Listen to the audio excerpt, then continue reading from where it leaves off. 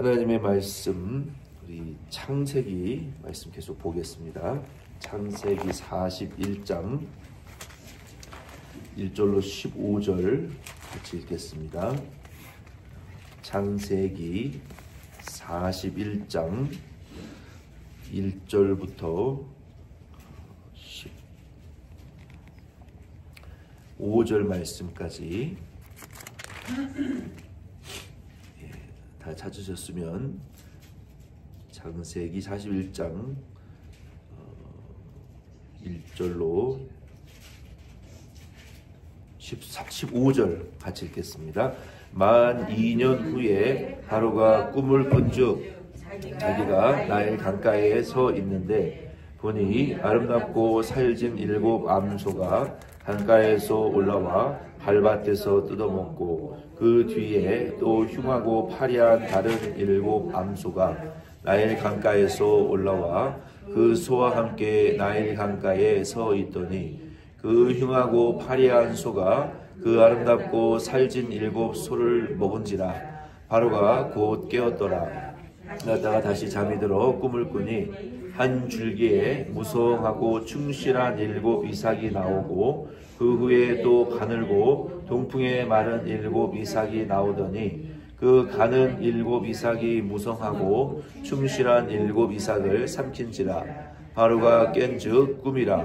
아침에 그의 마음이 번민하여 사람을 보내어 애굽의 점술가와 현인들을 모두 불러 그들에게 그의 꿈을 말하였으나 그것을 바로에게 해석하는 자가 없었더라. 술 맡은 관원장이 바로에게 말하여 이르되 내가 오늘 내 죄를 기억하나이다. 바로께서 종들에게 놓아사 나와 떡 굽는 관원장을 친위대장의 집에 가두셨을 때에 나와 그가 한밤에 꿈을 꾼즉 각기 뜻이 있는 꿈이라. 그것이 친위제당의 종된 히브리 청년이 우리와 함께 있기로 우리가 그에게 말하되 그가 우리의 꿈을 풀되 그 꿈대로 각 사람에게 해석하더니 그 해석한 대로 되어 나는 복직되고 그는 매에 달렸나이다. 이에 바로가 사람을 보내어 요셉을 부르매 그들이 급히 그를 옥에서 내놓은지라. 요셉이 곧 수염을 깎고 그의 옷을 갈아입고 바로에게 들어갔더니 바로가 요셉에게 이르되 내가 한 꿈을 꾸었으나 그것을 해석하는 자가 없더니 들은즉 너는 꿈을 꾸면 들으면 능히 푼다 하더라. 아멘. 창세기 41장 1절로 15절 말씀은 바로가 꿈을 꾼 말씀이 이제 기록이 되어 있습니다. 16절로 57절 마지막 절까지의 말씀은 요셉이 이제 바로의 꿈을 듣고 꿈은 하나님의 해석에 있고 하나님이 그 꿈의 해석에 대한 것을 이제 알게 해주실 것이다라고 해석해주고 그리고 하나님의 꿈대로 그 일이 이루어지는 그 일을 시행하는 요셉에 대한 말씀이 기록되어 있습니다. 오늘은 바로가 꿈꾼 말씀만 우리가 함께 좀 은혜를 나누기를 원합니다. 요셉이 노예로서 또 감옥에 감금하기까지의 세월이 총 13년의 세월이 지나갔습니다. 13년. 그러니까 1, 2년의 세월이 지난 것이 아니라 노예로 팔리고 감옥에서 바로 있다가 바로 앞에 설 때까지 13년이라는 긴 세월의 그 연단의 과정을 요셉이 겪게 됩니다. 그러다가 어느 날 갑자기 어떠면 자포자기하고 그저 하나님의 꿈은 계속 품고 있지만 소망이 다 그 거품이 사그라지고 소망이 다 이제 절망과 좌절로 포기에 가까운 상태에 이르렀고 잠잠히 하나님 앞에서 기다릴 때쯤에 고요할 때쯤에 어느 날 갑자기 요셉이 바로 앞에 서게 됩니다.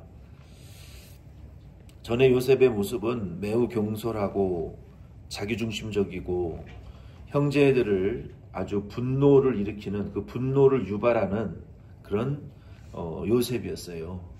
근데 이제는 바로 앞에 서게 된 이 후의 요셉의 모습을 보게 되면 지혜가 넘치고 재치가 넘치고, 그리고 하나님의 영이 그에게 충만한 변화되어져 있는 요셉의 모습을 우리가 발견하게 됩니다. 요셉이 어떻게 변화되어졌는지를 성경은 보여주고 있지 않아요. 그렇게 경솔하고 분노를 유발하는 교만하고 자기중심적이던 요셉이 어떻게 이렇게 하나님의 성령이 충만한 청년으로 변화되었는지에 대해서 성경은 요셉뿐만 아니라 잘 보여주지 않습니다. 요셉이 바로 앞에 서기 전에 약 2년 전에 이런 일이 있었어요. 바로 전장의 말씀이지만 40장과 41장의 말씀은 2년이라는 간격이 있는 말씀입니다. 요셉의 감옥에 술관원과 떡관원장이 감금이 됐는데 그들이 하룻밤에 같이 꿈을 꿨어요. 그런데 서로 다른 꿈이었죠.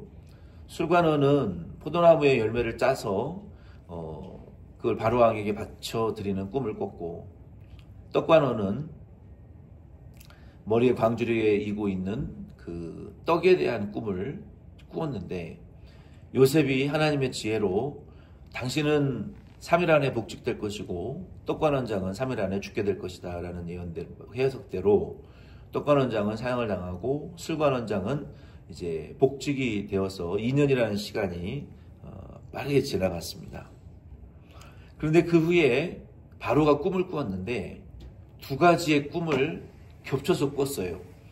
그 두 가지의 꿈은 우리가 읽었던 말씀대로 나일강에서 암소 7마리가 살지고 튼튼한 암소 7마리가 올라왔는데 이후에 메마른 암소 7이 올라와서 그것을 잡아먹었는데 여전히 배가 고파서 으르렁거리는 암소의 꿈. 한 이삭 줄기에서 살찐 이삭 7이 나왔지만 마른 이삭 7이 그 이삭을 먹어버리고 여전히 말라있는 이런 꿈을 동시에 겹쳐서 꾸었는데 너무나 이 꿈이 일반적이지 않고 나라의 미래에 대하여 준 꿈 같긴 한데 해석할 지혜가 없는 거예요. 그래서 그 나라의 그 자존심 강하고 그 코트 못 봤던 바로왕이 모든 애굽의 점술가와 현인들을, 무당들과 박수 무당들, 무슨 또 점쟁이들, 이런 사람들을 다 불러 모아서 꿈을 해석해 달라고 했지만 그들이 도저히 그 꿈을 알지도 해석할 수도 없었어요. 그렇게 이제 고민에 빠져 있게 되었습니다. 하나님께서는 믿는 자에게만 꿈을 주시는 것이 아니라 때로는 믿지 않는 자에게도 하나님의 계시를, 꿈을 구약에 보면은 주시는 일이 종종 있었어요. 그 꿈은, 하나님이 주신 꿈은 고린도전서 2장 13절로 14절 말씀에 보면은 성령의 감동과 감화가, 말씀의 지혜와 성령의 감화가 아니고서는 절대로 그 꿈을 풀 수가 없습니다. 그래서 우리가 무슨 꿈을 꾸었다고 아무 꿈이나 하나님 주시는 꿈은 아니고 그 꿈을 가지고 또 아무렇게나 해석해서도 안 돼요. 그 꿈을, 하나님 주시는 꿈도 분명히 있습니다. 마귀가 주는 꿈도 있어요. 하나님이 주시는 환상과 비전도 있고 그 귀신이 주는 꿈과 비전도 있어요. 그래서 많은 요즘 그 신사도 운동에서 유행하는 것이, 유행이라기보다는 자주 하는 것이 환상을 봤냐. 우리가 기도하다가 뭐 당신에 대한 이런 환상을 하나님 보여주셨는데 이런 예언이 임했는데 이렇게 하는 것이 하나님 뜻이다라고, 그게 이제 직통계시, 그런 것들을 우리가 아주 너무 쉽게 생각하고 받아들이고 해석하고 또 이러는 경향성들이 오늘날 교회에 좀 있습니다. 그러나 아쉬운 점은 그게 하나님으로부터 온 꿈인지 귀신으로부터 오는 것인지 누가 분별 안 하는 거예요. 누가 그거를 판단해 주냔 말이에요. 내 상상에서 나온 것인지 내 그냥 잡념에서 나온 것인지 그걸 누가 구분하고 분별하냐는 거예요. 그래서 우리는 차라리 꿈이나 환상이나 예언보다는 확실한 하나님의 말씀 중심으로 신앙생활을 하고 확실한 하나님의 말씀을 붙들고 나아가는 것이 가장 확실한 거예요. 안타까운 것은 분별의 영을 받은 분들은 분별할 수 있어요. 이게 귀신의 역사인지 성령의 역사인지 이 spiritual distinguishment 영분별의 은사를 받은 분들은 하나님이 영분별의 은사는 목사님들에게 주로 주십니다. 리더들에게 주십니다. 말씀을 가르치고 전하고 가르치는 자에게 주십니다. 그게 머리의 은사예요. 지혜와 지식, 영분별의 은사는 가르치는 은사는 교회에서 담임 목사님에게 주십니다. 주로 대부분이 리더니까. 그리고 성도들 중에 기도하는 자들에게는 기도와 방언 통역, 통변의 은사를 하나님 주시고 손발로 움직이는 자들에게는 손발의 은사를 주시고 신유 능력, 병 고치는 은사, 능력을 행하는 은사를 주시고 하나님이 이렇게 은사를 주시는데 요즘은 그러한 은사가 있는지 알지도 못하고 또 은사의 분별도 모르고 아무나 받았다, 들었다, 보았다 하는 분들이 너무 많아요. 그래서 우리는 위험성을 감수하고 이게 성령인지 귀신인지 모르고 잘못 받아들였다가는 마귀의 귀신의 노예가 되는 경우가 많아요. 한번 귀신의 노예가 되잖아요. 어느 누구의 어떤 목사님의 말씀도 못 듣고 모든 기성교회에 나가지를 못합니다. 왜? 귀신은 교만한 영이에요. 교만한 영. 여러분 개구리가 우는 거 여러분 들어보셨죠? 조용한 그 논밭에 5, 6월쯤 되면은요 한 마리 개구리가 깨굴 하기 시작하면 온 산천지의 개구리들이 깨굴거리 잠을 잘 수가 없을 정도로 시끄러워요. 성경의 거짓 예언자들이 개구리와 같다라고 말했어요.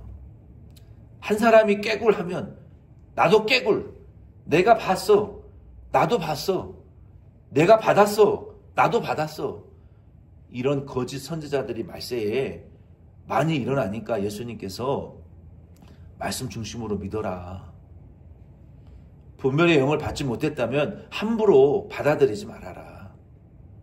병 낫는다고 다 성령의 역사가 아니고 병 안 낫는다고 다 성령의 역사가 아닌 것도 아니다. 오직 말씀과 기도 외에는 이런 능력이 일어날 수 없다.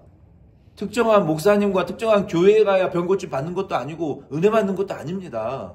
아멘이십니까? 여러분 잘못 받아들이지 마세요. 내가 병든 거 내가 내 손 얹들고 말씀 읽고 기도하면 병 나요. 여러분이 손 얹고 기도하고 말씀 읽고 기도하세요. 귀신이 나가요. 질병이 고쳐집니다. 왜 남의 손을 의지해야 됩니까?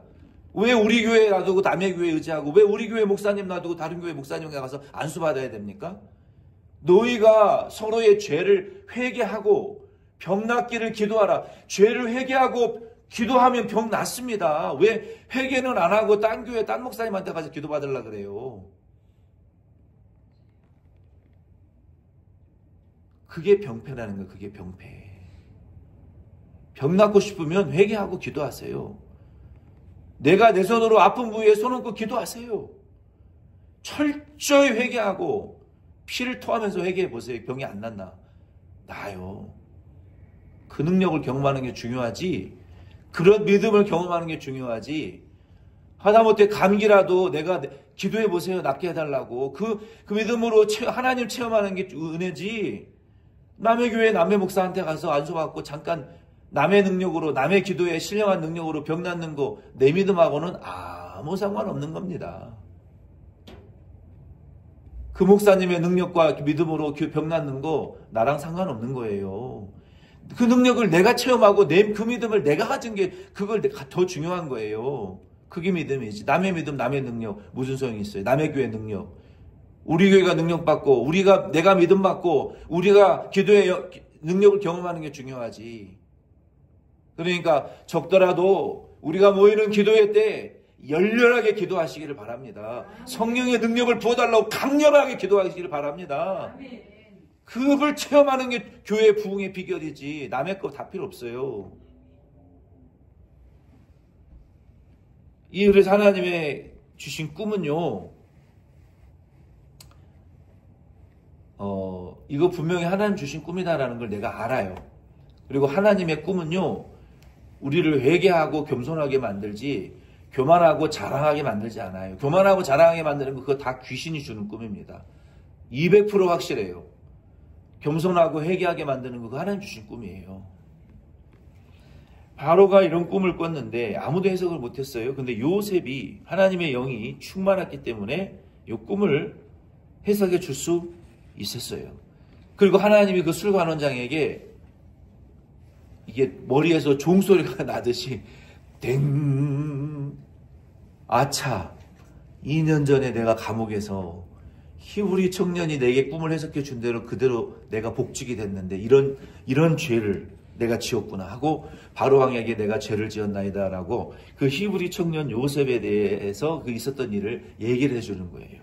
그리고 드디어 요셉에게 통보가 왔고 요셉이 단장하고 바로 왕 앞에 서게 되는 이 말씀을 우리가 보면서 우리는 이것을 깨달아야 돼요. 우리가 정말 죽을 것처럼 힘들고 하나님이 내 기도만 응답 안 해주는 것 같고 우리 가정에만 은혜를 안 주시는 것 같고 우리 교회에만 역사 안 하시는 것 같다가도 하나님이 이렇게 때가 되면 하나님이 역사하시고 요셉을 바로 앞에 꿈꾸게 하시고 세우셨던 것처럼 하나님께서 지금 이 모든 상황을 보고 계시고 하나님이 이 모든 상황을 지금 컨트롤하고 계신다. 정말 미칠 것 같은 괴로움 속에서도 우리는 그것을 여러분 절대로 그 믿음의 의식을 여러분 놓치지 않으시기를 부탁을 드려요.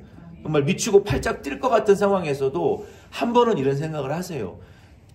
지금 하나님이 그래도 컨트롤하고 계신다. 하나님이 지금 우리의 가정을 붙들어 줄 것이다. 주고 계신다. 다 정리정돈해 주실 것이고 좋게 해 주실 것이다. 전화위복 시켜 주실 것이다. 라는 이러한 믿음의 의식을 여러분 붙들어야지 안 그러면 진짜 미쳐요. 정말 힘들고 어렵고 힘든 순간이라도 하나님 컨트롤하고 계신다. 요 믿음의 의식을 이게 믿음의 지식이에요. 요게 믿음의 지식이라고요. 이게 영적인 지식이에요. 이게 살아있는 믿음의 그 증거예요. 그래서 아무리 힘든 순간이라도 여러분 무슨 짓이라도 하세요. 그것을 붙들기 위해서. 하나님이 지금 컨트롤하고 계신다. 이것을 확신하고 확인하기 위해서 하나님 앞에 무슨 발버둥이라도 치셔야 돼요. 힘들어도. 하나님이 이토록 어리고 정말 세상 경험 물정을 모르는 불쌍한 이 요셉을 13년이라는 이 긴 세월을 왜 이렇게 고생을 시키셨을까요? 왜? 그 이유와 목적이 이제 바로 앞에 섰을 때 입증되어지기 시작하는 거예요. 하나님이 이렇게 하시려고 이렇게 어린 요셉을 힘들게 하셨구나. 이렇게 쓰시려고 하나님이 요셉에게 이렇게 험난하고 힘든 시간을 주셨구나. 그때 가서 알게 되는 거예요. 그때 가서. 요셉이 눈물 골짜기를 지나가는 그 눈물 골짜기는 철저하게 외롭고 홀로 고독한 시간이었고 정말로 어느 누구도 도와줄래야 도와줄 수 없는 그러한 눈물의 골짜기를 어둡고 깜깜하고 우울하고 정말 힘든 그 눈물의 골짜기의 시간을 이었지만 그 요셉의 영혼이 단련되어지는 시간이었고 하나님의 주신 꿈을 이루기 위한 그 담금질의 눈물의 골짜기였다는 것을 우리가 알게 되는 거예요. 그래서 시편 105편 말씀에 보면은 그 요셉에 대해서 이런 평가를 하고 있어요. 시편 109편 11절로 15절로 여기 23절 말씀에 보면은 이러시기를 나의 기름 부은 자를 손대지 말며 나의 선지자들을 해하지 말라 하셨도다. 그가 또 그 땅에 기근이 들게 하사 그들이 의지하고 있는 양식을 다 끊으셨도다. 하나님 양식을 왜 끊으시는 거예요? 왜 끊으셔요? 그걸 하나님처럼 의지하니까. 양식이나 돈이나 사람이나 환경이나 내 캐리어나 내 권위나 내 환경을 의지하면요, 하나님이 그 환경을 끊으시더라. 든든한 그것을 끊어버리시더라. 든든하게 의지하고 있는 그 대상을 하나님처럼 만약에 여기면 하나님이 그 대상이라는 것을 깨닫게 하기 위해서 그 든든함을 하나님에게 두라고 이 야곱과 그 75명에게 하나님이 양식으로 의지하고 있는 든든한 의지의 대상이 되었으니까 그것을 끊어버리셨다는 거예요. 그가 한 사람을 앞세 보내셨으며 요셉이 종으로 팔렸도다.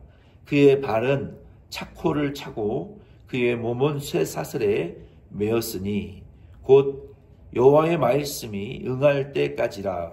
그의 말씀이 그를 단련하였도다. 기가 막힌 말씀이 있잖아요. 언제까지 그렇게 감옥에 갇혀 있어야 되는 거예요? 말씀이 그에게 응답될 때까지 말씀이 그를 연단하였도다. 시편 105편 19절. 왕이 사람을 보내어 그를 석방하며 못 백성의 통치자가 그를 자유롭게 하였도다. 그를 그의 집의 주관자로 삼아 그의 모든 소유를 관리하게 하고 그의 뜻대로 모든 신하를 다스리며 그의 지혜로 장로들을 교훈하게 하였도다. 이에 이스라엘이 애굽에 들어가며 야곱이 함의 땅에 나그네가 되었도다라고 시편 105편 15절로 23절은 요셉이 하나님의 말씀으로 연단받았다라고 평가하고 있어요. 이 모습은 고난받는 하나님의 종 예수 그리스도를 상징하는 거예요. 베드로전서 5장 6절 말씀에도 보면은 그러므로 하나님의 능하신 손 아래서 겸손하라. 때가 되면 너희를 높이시리라 라고 하신 말씀처럼 예수님께서는 이 땅에 오셔서 당신의 때를 기다리셨어요. 야곱이 꿈을 꾸고 바로가 꿈을 꾸고 요셉이 그의 앞에 설 때까지 하나님의 말씀의 때를 겸손히 기다렸더니 높여주셨던 것처럼 우리 예수님도 하나님의 아들이시지만 우리를 위하여 이 세상에 오셔서 십자가에 못 박혀 죽으실 때를 기다리신 거예요. 십자가에 못 박혀 죽으시고 택한 백성의 죄를 대신하여 십자가에 못 박혀 죽으시기만 하면 하나님이 부활시켜 주실 것이고 예수의 의로 부활할 것이고 높아지사 하나님의 뜻을 이루고 우리의 구원을 완성하실 것이라는 그 말씀이 이루어지기까지 죽으셨단 말이에요. 오늘 이 말씀을 통해서 저와 여러분도 하나님 언제까지 이 연단과 시험이 계속 될 겁니까? 언제까지 하나님의 약속이 우리에게 안 이루어지고 우리를 낮추시기만 하실 겁니까? 라는 그러한 눈물의 골짜기와 같은 삶을 우리가 지금 통과하고 있을지라도 우리는 이것을 기억하셔야 돼요. 하나님이 이 모든 상황을 지금 컨트롤하고 계시고 바로가 꿈을 꾸면 하나님의 말씀이 때가 이루어지면 반드시 우리는 높여주실 것이다.